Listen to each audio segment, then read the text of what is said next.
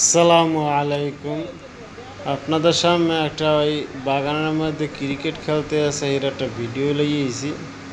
দেখেন কিরমের তারা খেলতে আছে, মনে হয় কি ওরে বাবা জন্টু বল করতে আছে, পন্টু পিটাইতে আছে, পন্টু কাঁসাত আছে কি একটা কাঁসা দিয়ে খেলতে আছে। এই যে আমাদের আর এক ভাই রাহাত সাহেব খাড়াই রয়েছে, ব্যাটিং চলতে আছে পুরো খুব দামে।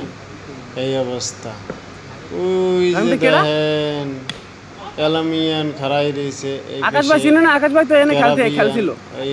পেশে এসে মহেন্দ্র সিং ধোনি, এই পেশে এসে সাঙ্গাকারা, এই পেশে এসে পাঙ্গাকারা, এই আর ওদিকেও এরা আছে, ব্যাটলার আছে, হেটলার আছে, সবাই মিললে মানে খেলতে আছে। এরা বাগানের মধ্যে ভাইয়া মানে এরা ঈদের ছুটিতে আইছে তো আর কি করবে, দিশা পায় না, দিশে না পাই এনে বাগানের মধ্যে ক্রিস্টি দিয়ে ঘুরে ঘুরে 12টা খেলতে আছে।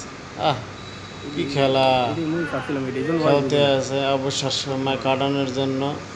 মনে ফেরেস হয়ে যায়, মনে করেন অনেক সময় মাথা অনেক টেনশন চিন্তা থাকলে এই খেলাধুলার দিকে যাইবেন, একটু আঁটবেন, একটু ওই নদীর পাড়ে ঘুরতে যাইবেন, করবেন, দেখবেন টেনশন অনেক কমে গেছে। আর যদি আমি যদি টেনশন করিয়া জিম দিয়ে বইয়ে থাকেন, তাই বাবু আমার টেনশনই থেকে যাইবে। তার মনে করেন মানুষ স্ট্রোক করতে পারে, মানুষ হার্ট অ্যাটাক করতে পারে। এই জন্য এসে যে সবসময় সাবধান হতো, হাঁটাচলা করবেন, করবেন, টেনশন মুক্ত রাখবেন, একটু খাওয়া দাওয়া করবেন। সব কি হয়েছে জীবনের, ইনশাল্লাহ সব কিছু দূরেই যাইবে। এইরকমের মনোভাব নিয়ে চলতেই। এখন যদি মনে করেন জিমেন ওই মুরগি কি জিমেন মুরগির মতন যদি জিমেন, তাহলে কি আমার এই সমস্যার সমাধান হইবে? কোনোদিনও সমস্যার সমাধান হইবে না।